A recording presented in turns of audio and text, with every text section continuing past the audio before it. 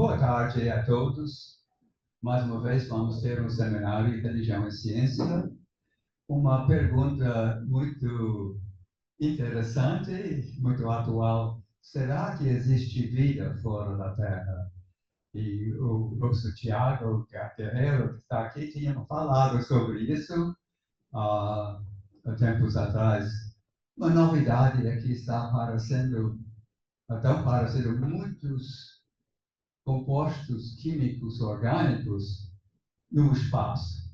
E então eu recebi o número de uma revista Elements do professor Godoy com vários artigos sobre isso, e eu apresentei isso para o professor Enio Frota da Silveira, de Física, para ele preparar essa palestra. Queria comentar que, no final, vamos debater um pouco isso, o que isso significa para a fé judaico-cristã. Eu acho que a crença que tem Deus, que criou todo o universo, significa que, se existirem, assim, aqui é a revista que o Godoy me deu, eu passei para ele.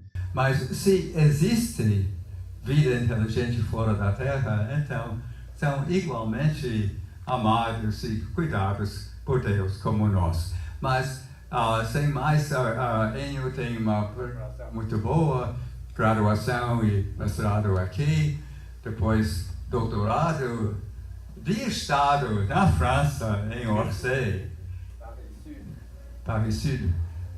E depois, um pós-doutorado, eu esqueci onde. No Texas. Em Texas A&M. Tá bom, então, sem mais, aqui é o professor Enio e vamos certamente ter uma palestra bastante interessante. Muito obrigado, Padre Paulo. Inicialmente, meus agradecimentos aqui pelo convite e por ter me passado essa revista que me ajudou a nortear um pouquinho aqui a palestra. Bom, vamos diretamente no assunto. Esse assunto não é de hoje e eu acho que ele vai ser por muito tempo ainda. Essa resposta é uma resposta complicada. Mas já aqui nessa primeira página, eu tento apresentar quais são os pontos interessantes dessa pergunta da vida terrestre. A primeira é se ela existe, claro, onde ela está, onde ela estaria, vamos colocar no condicional. A gente tem aqui algumas ideias sobre pessoas inteligentes de fora, cidades futurísticas, ou uma vida mais microbiana e outro tipo de animais. Aqui já tem umas coisas interessantes para a gente discutir. Tá? A primeira é, será que os nossos parentes extraterrestres têm a mesma forma que a gente? Quer dizer, parece um pouco falta de imaginação achar que eles terão duas pernas, dois braços, uma cabeça. A vida tem tanta possibilidade que encontrar alguém muito longe daqui que seja exatamente como nós é uma coisa pouco provável. Então, se ela existe, se alguém existe, pode ter uma forma muito diferente. E também a outra pergunta, como é que ela seria nos diversos estágios da evolução? Será que seriam bactérias? Seriam vegetais? Seria um animal próximo do vegetal, vamos dizer assim, ou seria um animal completamente diferente da gente? Então tem tanta possibilidade aqui na Terra e que você pode imaginar como é que isso pode ser lá fora. Faço aqui uma pergunta provocativa. Será que vocês poderiam me citar os 4 eventos mais importantes do universo? Pense em toda a imensidão do universo em todos os tempos e vamos selecionar 4 eventos. Eu proponho que os 4 sejam esses, sendo que o primeiro e o último eu acho que é muito fácil defender, que houve essa explosão, hoje já é bem estabelecido isso, e o fato de nós estarmos aqui nessa sala diz também que o lado direito também é uma coisa muito interessante. Aqui no meio a gente pode ter muitas outras possibilidades, mas eu estou propondo que as galáxias sejam um desses eventos, e o segundo evento é o aparecimento do DNA. Então, isso seriam os momentos, os highlights, né, até a chegada aqui da vida na Terra. Como é que a gente passa o segundo aí? Curiosamente, esses 4 eventos que eu estou soltando aqui, o quarto já é conhecido há muito tempo, há alguns dezenas de milhares de anos, mas esses 3 primeiros, eles são relativamente recentes. O Big Bang ele foi proposto em 1927 por um ele era belga, Georges Lemaitre. As galáxias foram realmente bem caracterizadas pelo Hubble, Herbert Hubble, em 23, e o RNA, em 1953, que foi feita essa imagem dele como uma fita. Então vocês estão vendo que são relativamente recentes, em menos de um século. E são extremamente importantes. O que eu quero dizer com isso? Que é muito recentemente, 3 gerações, é que a humanidade ela tem conhecimento suficiente para poder especular sobre a origem da vida. Antes era impossível. Então, realmente é alguma coisa, não da nossa geração, mas quase. Bom, se a gente vai discutir uma vida extraterrestre, ela provavelmente vai nascer em algum lugar aqui, entre essas duas, muito certamente depois da galáxia. É muito difícil ter uma vida antes de ter uma galáxia, e pode ser antes do DNA, se ela não tem DNA. Então, essa é mais ou menos a nossa linha de análise. O que eu vou apresentar para vocês aqui, eu dividi em 3 sessões. A primeira é apenas uma lembrança, são coisas relativamente bem conhecidas, mas para colocar de novo o Eudanado na cabeça, como é que a gente imagina que a vida possa ter aparecido depois do Big Bang. A segunda coisa, pode pôr, já comentou aqui, é que agora a gente sabe com bastante certeza que a matéria orgânica ela existe fora da Terra, e não apenas isso, que ela é abundante. É muito fácil, entre aspas, né, encontrar essa matéria orgânica em diferentes partes do universo. Então, isso aqui é um fato, isso aqui é um fato, e a terceira seria a nossa especulação, quer dizer, baseado nisso tudo, o que a gente pode adiantar sobre a vida. Então está aqui o Big Bang, que foi essa explosão inicial. A gente conhece com relativa segurança quando isso aconteceu, em anos nossos, então 12 bilhões de anos. E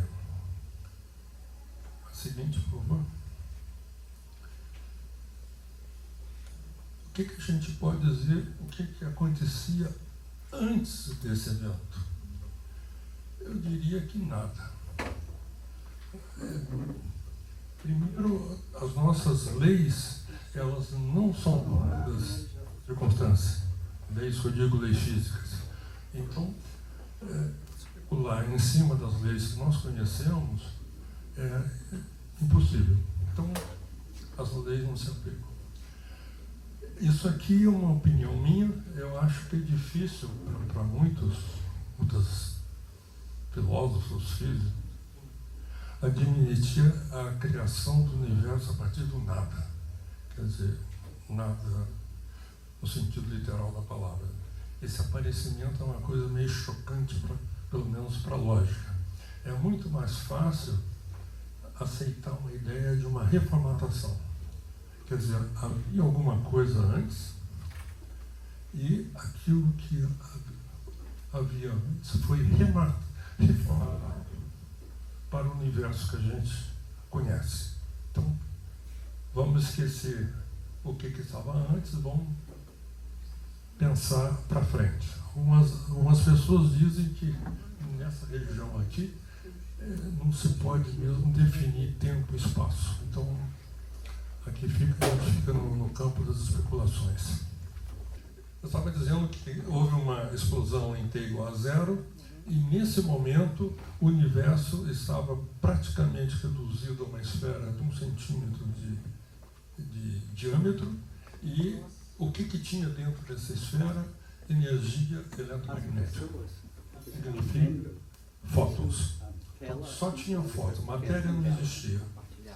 Bom, vamos em frente.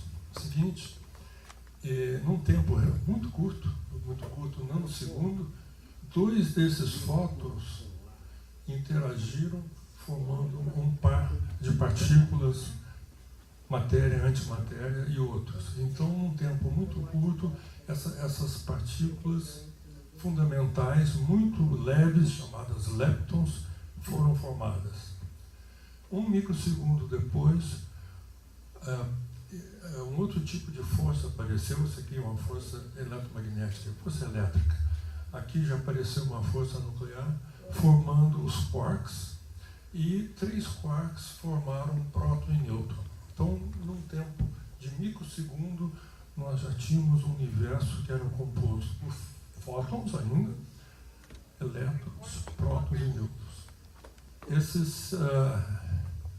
Esses prótons e nêutrons, eles, através da força forte, eles constituíram uma outra partícula chamada deuteron. 2 deuterons formaram uma partícula alfa, e um desses elétrons que estava aqui veio até a partícula alfa para formar o átomo de hélio, ao mesmo tempo que um desses elétrons aqui veio nesse próton para formar o átomo de hidrogênio. Ou seja, num tempo, 1 milhão de anos mais ou menos, o universo era formado por hidrogênio e hélio. E isso acontece até hoje. Então, hidrogênio e hélio são os 2 elementos, 2 constituintes majoritários do universo até hoje. Bom, o que aconteceu depois? Apareceu um novo tipo de força. Lembra que tinha uma força elétrica, depois uma força nuclear, agora apareceu uma força gravitacional. Essa força gravitacional, ela fez com que essas partículas que foram formadas forem atraídas umas às outras e formando as estrelas. Então a estrela é isso, elas são formadas principalmente de hidrogênio e hélio. Essas outras partículas são íons. Muito bem, então agora nós já temos as estrelas formadas em milhões de anos, e dentro das estrelas começou um novo processo que foi várias partículas alfa, no caso aqui 3, formando um núcleo de carbono. Com mais um alfa, forma-se o oxigênio. Com mais vários outros alfas, formam o ferro e para. Então, esse foi o processo nuclear que ocorreu dentro das estrelas. Para que isso acontecesse, para que o ferro pudesse aparecer no interior das estrelas, foi necessário 1 bilhão de anos. Lembro que o nosso universo tem 13 bilhões de anos. Então, 10% do tempo já foi consumido na fabricação de estrelas que tem hidrogênio, hélio e vai diminuindo até o ferro. Bom, o que aconteceu depois? Essas estrelas explodiram. Na explosão dessas estrelas, dessas supernovas, vamos chamar assim, apareceram os elementos que são superiores ao ferro. Superiores, quer dizer, mais pesado, mais pronto. Até então, o ferro era o limite, mas agora continuou. E dessa explosão, que formou uma poeira gigantesca, com um pedaço de matéria aqui e ali, de novo a força gravitacional trouxe todo mundo de volta. Mas agora, esse material que explodiu já é um material processado. Então aí já tem os elementos mais pesados.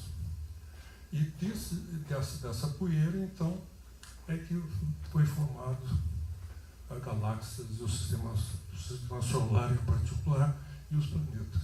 Então, essa história aqui de 14 bilhões de anos, eu consegui mostrar para vocês em alguns minutos.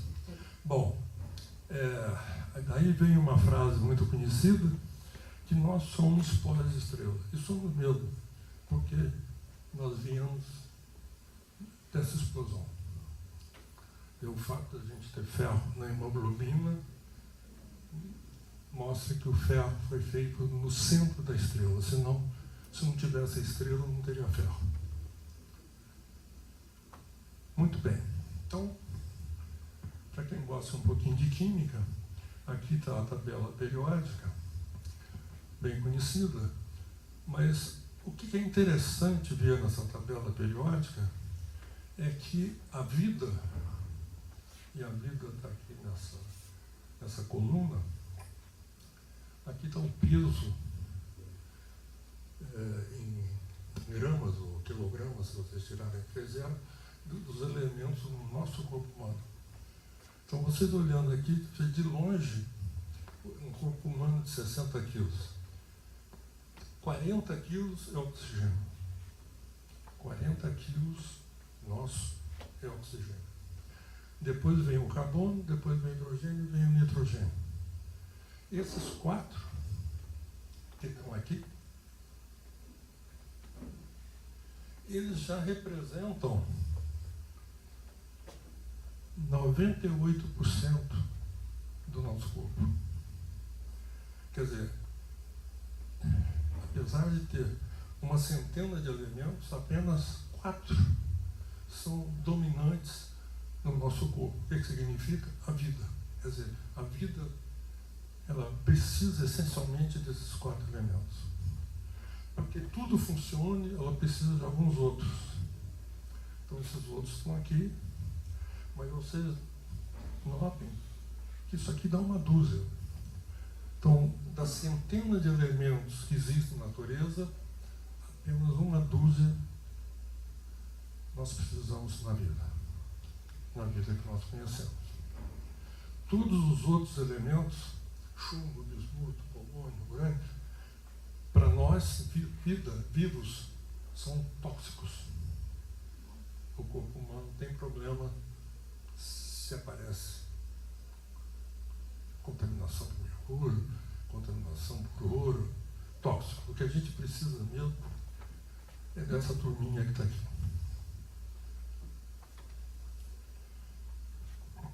Bom, aqui um pouco o resumo do que aconteceu. Teve aqui o Big Bang, formou-se esse pó formou as nebulosas.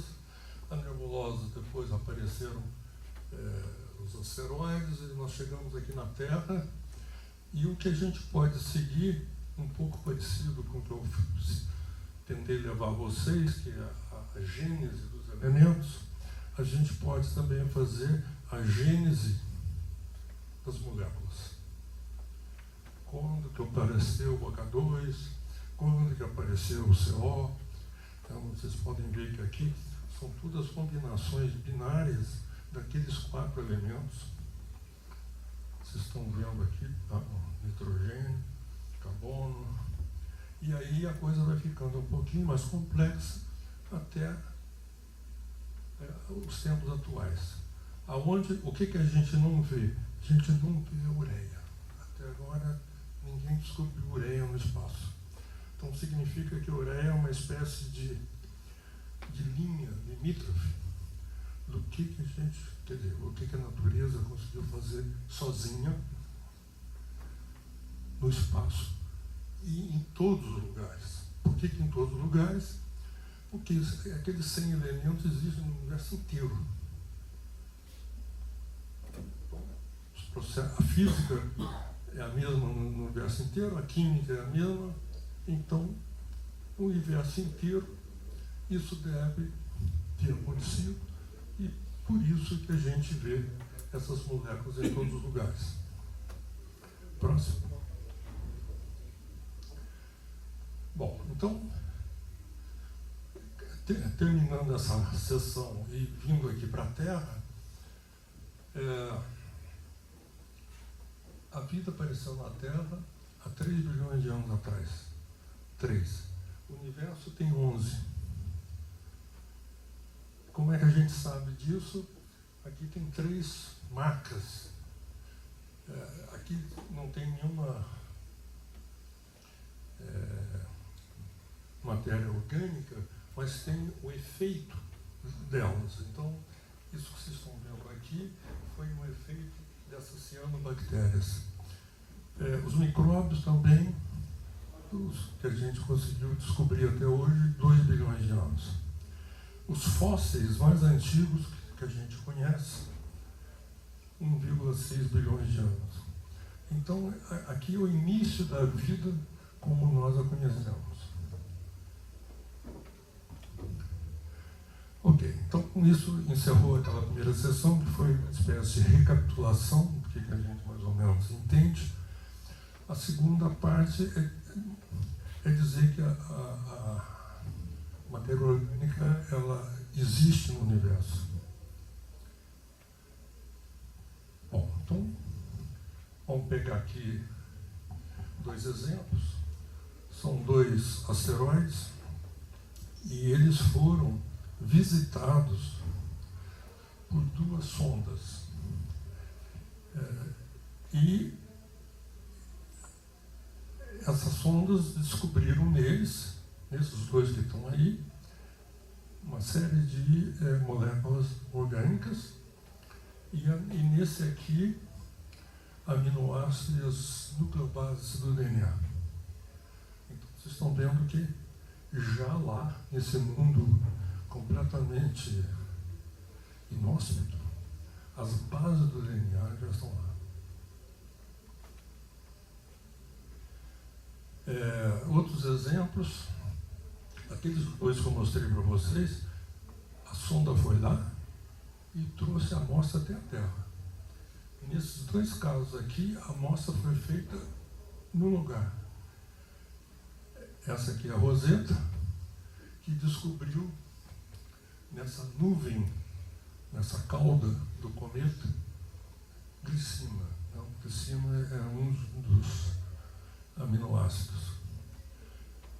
Essa outra aqui foi interessante o que foi feito. Eles chegaram perto do cometa, mas não queriam ver o que estava na superfície. Aí jogaram um pedaço da sonda para impactar. Houve essa explosão e nessa explosão é que foi feita uma medida e eles descobriram que tinha materiais orgânicos nessa pluma que saiu depois da explosão. Uma outra maneira de verificar que lá fora tem material orgânico é ficar esperando que esse material chegue até a Terra. Isso se chama meteorito. Então aqui tem 3 meteoritos famosos. Esse aqui caiu na Austrália, esse aqui caiu na França e esse aqui caiu na Tanzânia. E em todos eles foram feitas análises de cromatografia, foram descobertas aí uma série de moléculas que a gente chama de prebióticas. são usadas na constituição da vida. Bom, então, esse aqui já é um outro exemplo. Ao invés de ir no asteroide, por que não ir a Marte? Então, essa sonda, esse rover, foi enviado a Marte. Você vê que agora a coisa já está um pouquinho mais complicada. Ele é um carro, né? Ele pesa 1 tonelada, e essa parte dele aqui é um laboratório de química. Esse laboratório de química está mais ou menos esquematizado aqui, onde vocês podem ver que tem fotografia, tem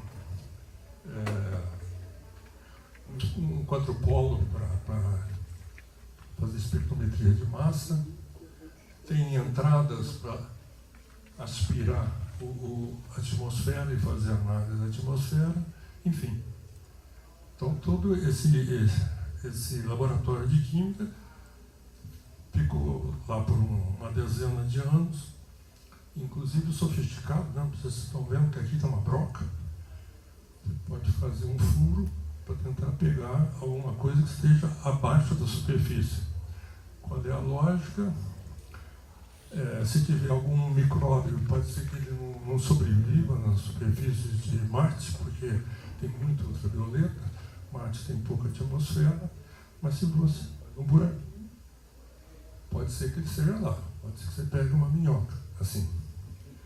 Bom, então essa foi a Curiosity. Vou ter que clicar na tela para conseguir passar. Como é que é? Acharam a minhoca? Se acharam, não contaram.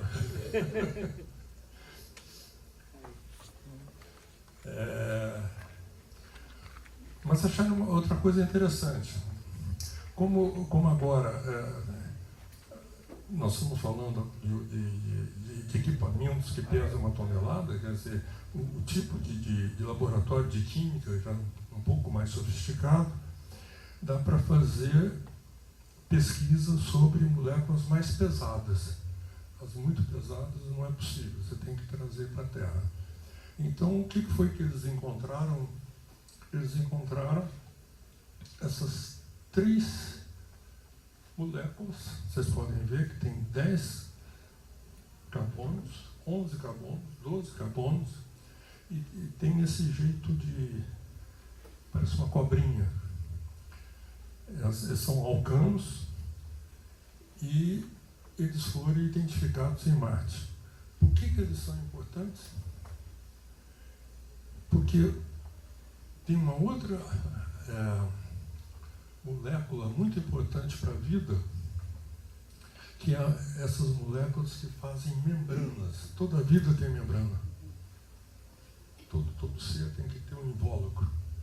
Então, como é que tem que ser essa membrana? Essa membrana é feita por esse tipo de molécula que é um ácido graxo, um ácido leico.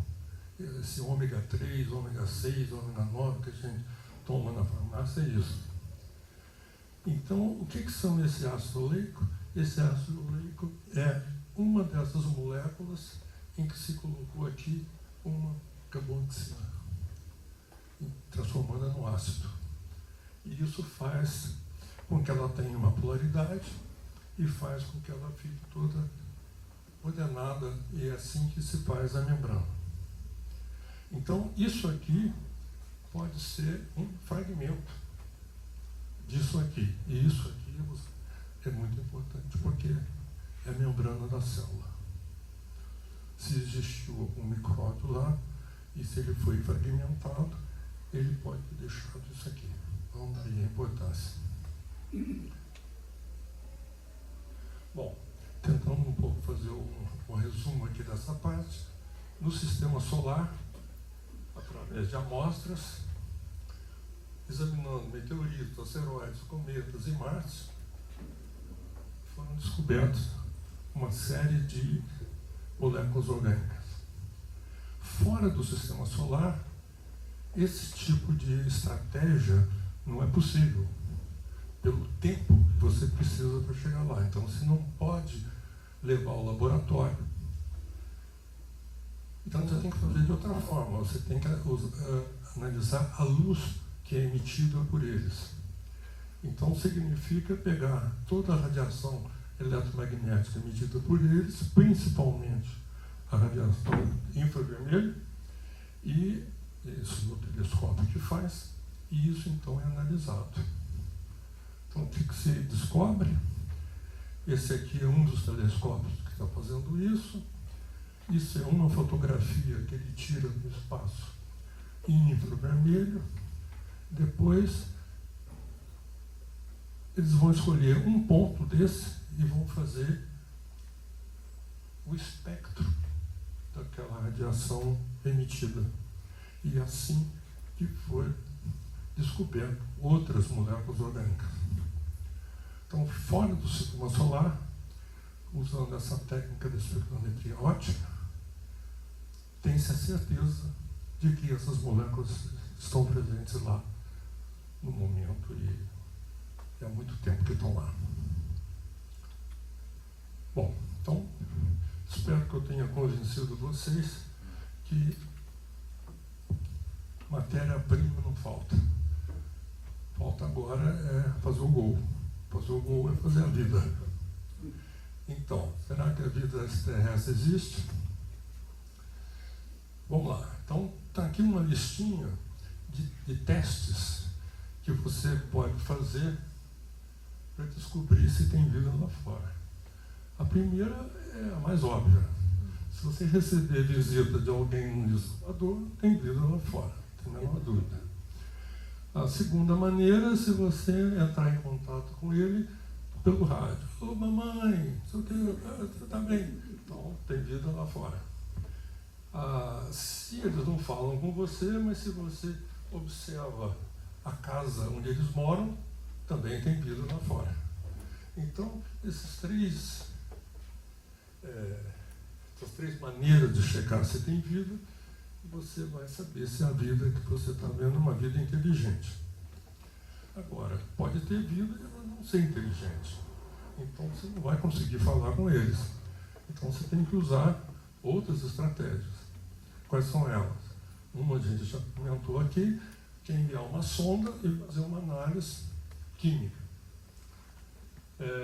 A outra, então, também comentamos aqui, é receber um material lá de fora e fazer a análise química aqui na Terra de uma maneira mais poderosa.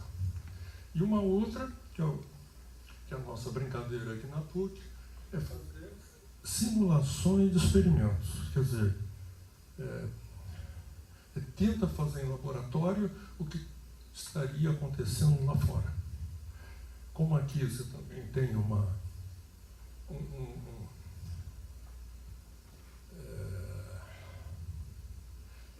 menos limitações de energia em peso, você pode usar então aparelhos grandes e tentar concluir coisas que dificilmente você poderia fazer isso numa sonda. Então vou falar assim muito rapidamente. Essa é a primeira. Vocês devem conhecer mais que eu.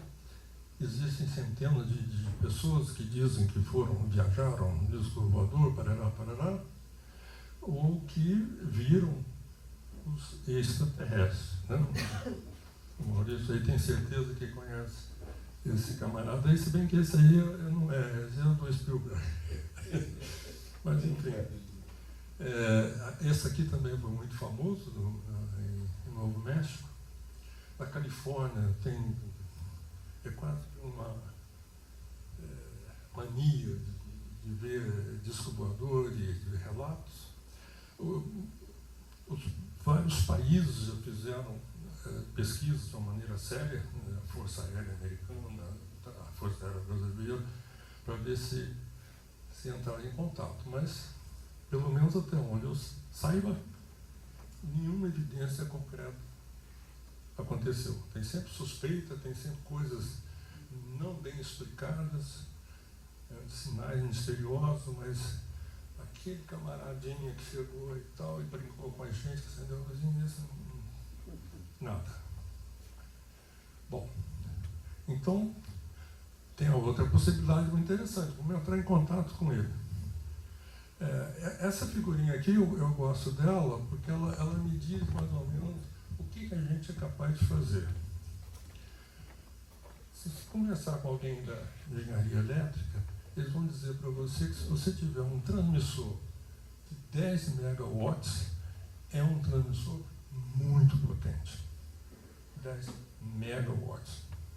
Bom, então se você coloca 10 megawatts numa antena, você irradia a energia de uma maneira isotrópica, você consegue alcançar uma esfera que tem 10 anos-luz de raio de diâmetro. 10 anos-luz. Depois disso, o sinal entra no ruído e a pessoa não consegue mais identificar o que está sendo dito. Isso numa antena isotrópica. Mas se você coloca numa antena parabólica, essa mesma potência leva um sinal a 100 mil anos. Quer dizer, alguém que esteja aqui é capaz de saber que tem algum sinal inteligente chegando. Bom, então isso aqui dá mais ou menos os nossos limites. Agora vem a pergunta: quantas estrelas estão dentro de 10 anos-luz? Poucas. Quantas estrelas estão por aqui? 1 bilhão. Mas agora você tem um problema de ângulo. Você tem que acertar a cabeça da formiga que está lá. Então, esse é o problema. Ou você quer pegar todo mundo, e esse todo mundo tem que estar perto, ou você tem que escolher algum lugar distante, você tem que saber muito bem onde ele está, porque senão você vai ficar toda a tua vida varrendo o espaço sem com que o sinal chegue lá. Então, isso aqui dá mais ou menos o que a gente pode fazer. Fora da galáxia, esquece. Então, isso aqui é o resumo. Se existir alguém vivendo em uma dezena de estrelas, nós podemos saber disso no prazo de 10 anos. É razoável. A estrela mais perto está a 4,3 anos, Sirius está a 8, quase 9, 10 é o limite. Você vê que não tem muita coisa para a gente ir lá. Mas se você direcionar seu feixe, aí sim você pode alcançar a galáxia toda. Ou pode alcançar nebulosas, satélites da nossa galáxia. A galáxia é um plano. A Terra está dentro desse plano. Mas se você emite para fora do plano, você vai encontrar outras nebulosas e vai encontrar outras galáxias. É outra maneira de você procurar. Mas os números que nós estamos falando aqui são 1000 anos. Então, qualquer tentativa de diálogo com esses ou com eles, 1000 anos. Quer dizer, bom, um pouco a conclusão é essa. Quer dizer, você pode até receber um sinal um dia, e você diz, esse sinal ele não é ruído, esse sinal é um sinal inteligente, mas você não pode dialogar com ele. Aquele sinal pode ter sido emitido há 100 mil anos atrás. Não adianta você responder para ele, a menos que o ser que esteja lá na outra ponta viva 200 mil anos. Nós aqui, infelizmente, não estamos aí. Bom, então, essa é a primeira conclusão muito importante com relação à comunicação. Bom, a observação por telescópio de cidades, isso já foi tentado muitas vezes, nada foi visto.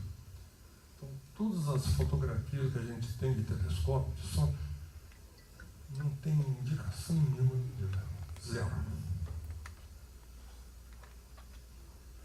Bom, recentemente, muito recentemente, você deve ter visto aí a sua revistinha, que menciona, esse planeta aqui que tem esse nome esquisito, K218b. Aí deu uma êxtase aí na comunicação científica. E por quê? A razão é que esse telescópio, que é o James Webb, ele detectou na constelação de Leão um sinal que é dessa molécula. Essa molécula tem um metil, um outro metil, sulfeto aqui, então é o dimetil sulfeto. Então, essa molécula existe na constelação do Leão. E por que essa molécula é importante? Porque ela é um dos resíduos de vida. Então, isso aqui não detectou nada vivo, mas pode estar detectando uma espécie de um excremento de vida, como o metano. Metano não é vida, mas quem já andou num curral sabe que tem metano ali, então deve ter vida por ali. Então, é por isso que está tão excitado. Mas, quer dizer, tanto o metano quanto o dimetil sulfeto, eles são produtos decorrentes de uma vida na Terra. Se lá foi feita por vivos, é outra história.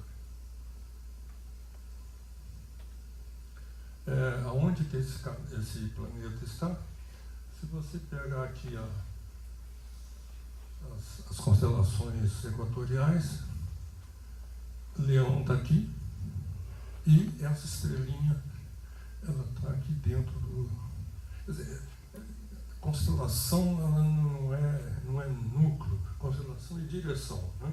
Constelação mostra apenas que naquela direção tem uma dúzia de estrelas.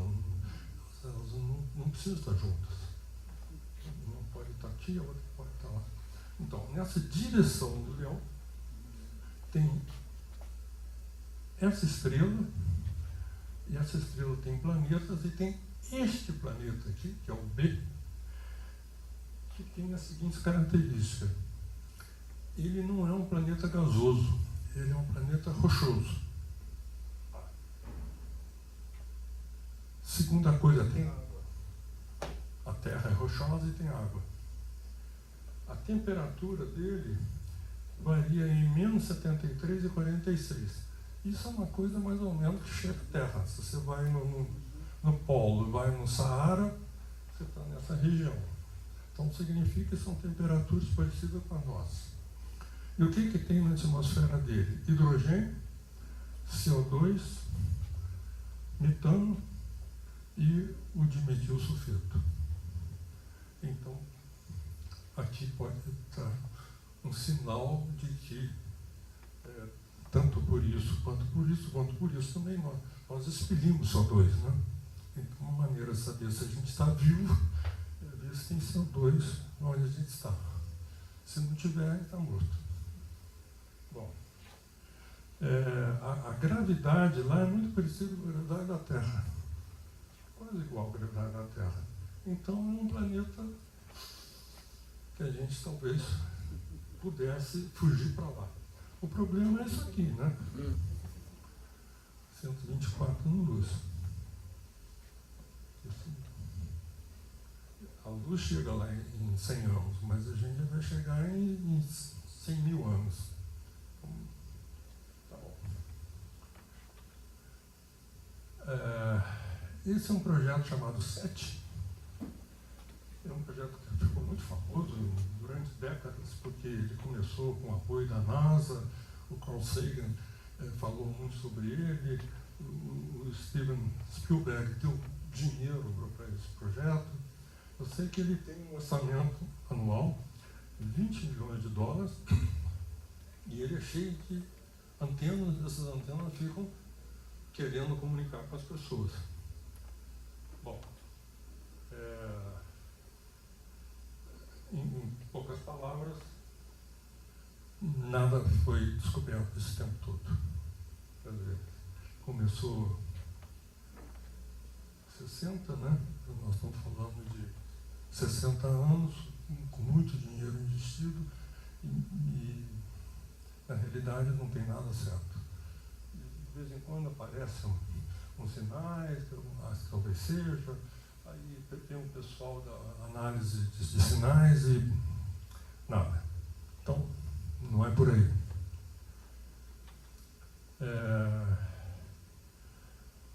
Eu já não vou ter tempo mais, acho que já estou um pouco aqui no limite, mas isso aqui é uma pequena lista de sondas que foram jogadas nesses lugares.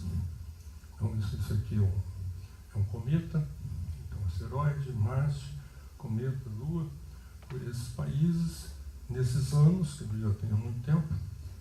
E eles têm nomes interessantes, que a gente não sabe, mas esse significa falcão peregrino, Minerva, bom, a gente sabe, Osíris a gente sabe, e esse Shang eu não sabia, mas é deusa da lua, é a chinesa. Então, de novo, tem bilhões de dólares investidos aí nessa análise, mas até agora nada concreto. Outra sonda que foi enviada em Marte, uma sonda que é a continuação da Curiosity, ela se chama Perseverance. Você vê que ela já está lá há alguns anos, também pesa 1 tonelada. Essa aqui é a fotografia de um furo que ela fez lá na Terra, e aí ela tira o cilindro, que é esse que está aqui, e esse cilindro é para ser retornado à Terra para análise. Então você vê que ela vai lá pegar coisas que estão um pouco abaixo da superfície e tentar enviar para a Terra. Então, acho que ainda não enviou, mas há um projeto para isso. Mas, bom, isso aqui é uma fotografia interessante demais, né? Aparentemente poderia ser aqui na Terra. Tem aqui uma espécie de resumo. Então, esses orgânicos foram encontrados, aminoácidos, aldeídos, purina, nucleobases foram encontrados. O problema está aqui. O problema é que não se encontrou proteína e não se encontrou RNA, nem o DNA. Então, enquanto essas três coisas aí não forem detectadas, a vida não começa. Pelo menos a vida que a gente conhece. Bom, então, uma outra análise da tabela periódica. Olhando para essa centena de elementos, só tem 2 elementos, carbono e silício, que fazem cadeias. E por que a cadeia é importante? Porque a vida precisa de moléculas complexas. A vida não é feita de CO2, não é feita de CO, não é feita de mecânica. É muito simples. Você tem que ter molécula complexa. Para ter molécula complexa, tem que ter ou carbono ou silício. É a única possibilidade. Bom, vamos examinar então os dois. Para você fazer uma cadeia, você precisa levar o material. É como construir uma torre. Alguém tem que botar no caminhão um saco de cimento e montar. Para montar uma torre, eu posso usar CO, posso usar CO2, por exemplo, que são gases. E é assim que as cadeias orgânicas são montadas. Você tem moléculas pequenas, gasosas ou líquidas, e elas vão levando os elementos, os átomos, para poder montar a torre. No caso do silício, nas nossas temperaturas ambientes, os blocos de silício são sólidos, são silicatos. Não dá para fazer isso. Então, na nossa temperatura, o silício não tem mobilidade para fazer a cadeia que ele pode fazer. Mas os compostos dele não permitem. Então, isso bloqueia a vida de silício na Terra. Bloqueia. Agora você vai me dizer, bom, isso na temperatura na Terra, mas se você for em alta temperatura, aí tudo bem. Aí tudo bem. Mas nesse caso, a conclusão é a seguinte: nós sublimaríamos a 1500 graus, se a gente for lá, onde tem vida de silício. E o silício vira pedra se ele vier aqui. Então a gente está com um problema. A gente pode dialogar, mas não pode casar. Não vai dar certo. Então tem esse problema aqui. E a outra coisa é que a gente sabe, aqui na Terra, que o carbono gera o DNA. A gente não sabe se o silício pode gerar o DNA mesmo a 1500 graus. Essa é uma incógnita. Então, por hora, a vida, ela depende do carbono ainda. Agora um pouquinho de matemática. Isso aqui é um Lego. Bom, tem que enfiar a mão nesse monte de pecinhas e tem que construir isso aqui. Se vocês forem no Google, vocês vão achar coisas incríveis que foram feitas com o Lego. Bom, quanto tempo algumas pessoas levaram para fazer isso aqui? Não sei, mas vamos dizer, uma semana. Então, 5 pessoas sentaram, enfiaram a mão ali dentro do saco cheio de pecinha e levaram uma semana para cá. Esse processo não foi um processo aleatório. Eles sabiam o que eles estavam fazendo. A pergunta agora, vamos supor que o processo seja aleatório. Pega aquelas pecinhas todas, coloca numa máquina para fazer um sorteio e a pergunta é: quanto tempo vai levar para fazer isso? Não serão mais dias ou semanas. Podem ser anos. Não sei até se o matemático pode afirmar que se o tempo for infinito, não chegue lá. O processo pode saturar antes. Bom, então, isso é um jogo puramente matemático. Por que eu estou falando isso? Porque a vida é isso. No Lego da vida, você tem essas moléculas que estão aqui, que existem em todo lugar do universo. Agora vocês pegam essas moléculas, coloquem dentro de um sistema aleatório e mandem ela fazer um DNA. Quanto tempo vai ser preciso? Sabendo que no DNA nós estamos falando de 10 bilhões de moléculas. 10 bilhões de moléculas. Bom, quanto tempo? Vamos lá.